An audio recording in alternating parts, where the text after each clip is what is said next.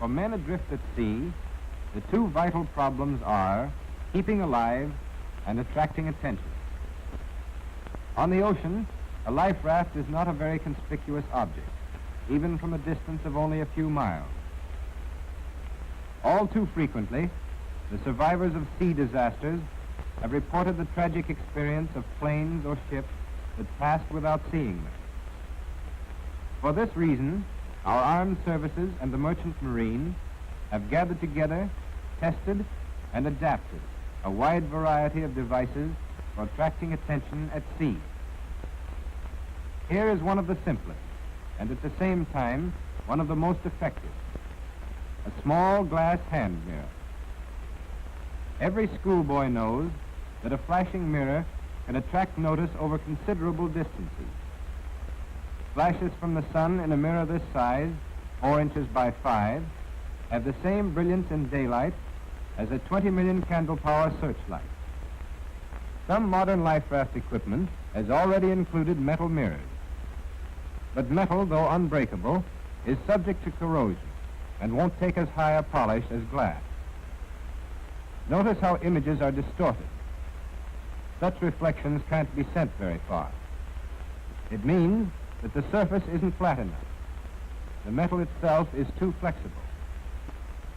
On the other hand, this single sheet of tempered plate glass, with its brilliant polish and superior reflective coating, its inflexible, almost perfect plane surface, its greater resistance to weathering and corrosion by salt spray, is sturdy too, and not easily broken. When you flash an ordinary mirror on something nearby, you can see where the spot of light lands. But at a distance, you can't be sure what you're hitting. What makes this mirror different from the one you shave by is the fact that it has an aiming device. The reflective backing is aluminum, deposited in the form of vapor, and so thin that 100 pounds would meet all the requirements for equipping all the services.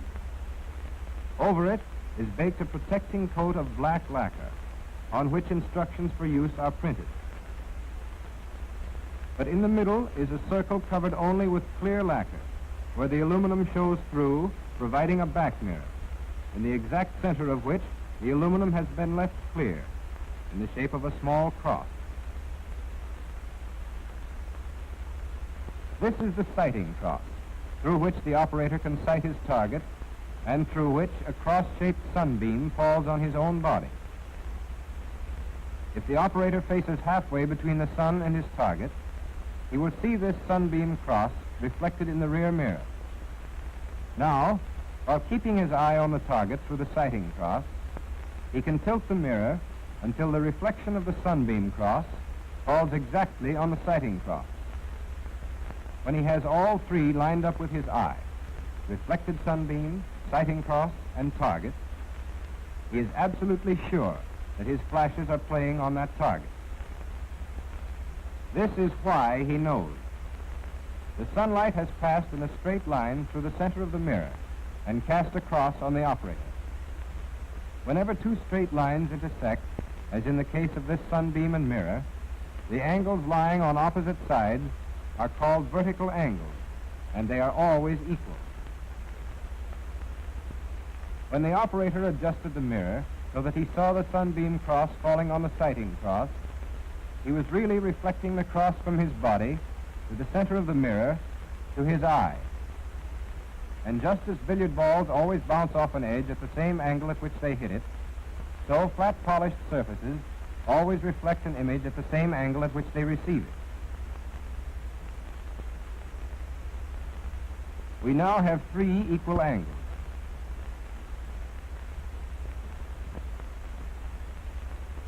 But the line of reflection to the operator's eye must be a part of the straight line between his eye and the target, which he has never let out of sight. And so we have another pair of equal vertical angles, making all four angles equal.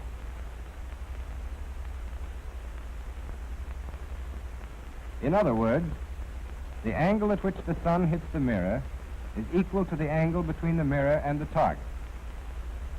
The operator, therefore, knows that the mirror is flashing a signal directly on the target. Rubber lifeboats are provided with 2 of these hand mirrors. They may be found in a side pocket, boxed together and sealed in waxed paper. The mirrors are small enough to fit into the pockets of exposure suits and life jackets. They should be made secure at once by passing the lanyard around the neck or through a buttonhole. The cleaner the mirror, the brighter the flash. Avoid scratching the surface. If it is crusted with dried salt, dip it in water and polish by wiping dry. Now, if there is a vessel or plane in view, hold the mirror by the edge about 3 inches from the eye and sight the target through the central cross. If you practice holding the mirror with one hand so that the sunbeam falls on it, the other hand will be free for other uses in a rocking boat.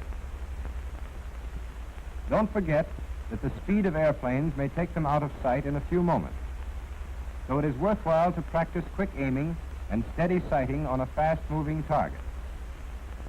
This is possible even for a man in a life jacket being tossed about in a rough sea.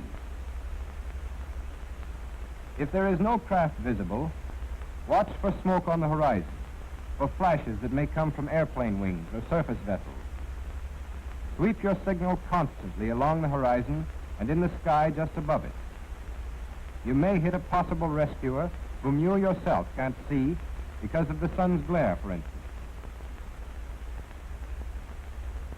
Since these distress signals can be aimed so that they flash persistently and repeatedly at the possible rescuer, they are easily distinguished from chance glints on the waves.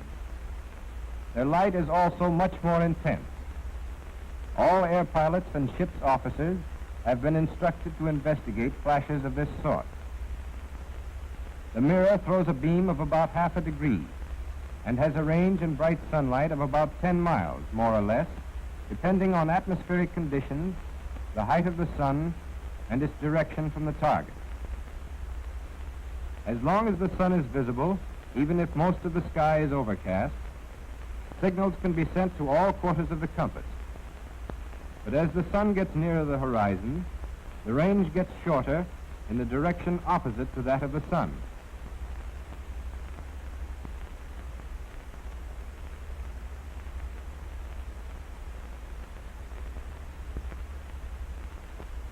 Under good conditions, the signals can be recognized as signals, even by chance observers, anywhere within an area of about 300 square miles. Of course, even greater ranges are possible with larger mirrors. This 8 by 10 glass is standard for use on larger rafts and small boats. It is made of 2 sheets of glass, and the rear mirror covers the whole back. It is operated on exactly the same principle as the smaller glass. Its range is half again as long, and its signals, being 4 times as brilliant, are effective over a greatly enlarged area. With these simple mirrors, requiring no accessories and only a little conscientious practice, men lost on land or ice, as well as men adrift at sea, have been given a signal light that works by day, whenever the sun is visible. A signal over which they have complete control. The signaling mirror multiplies their chances of being rescued.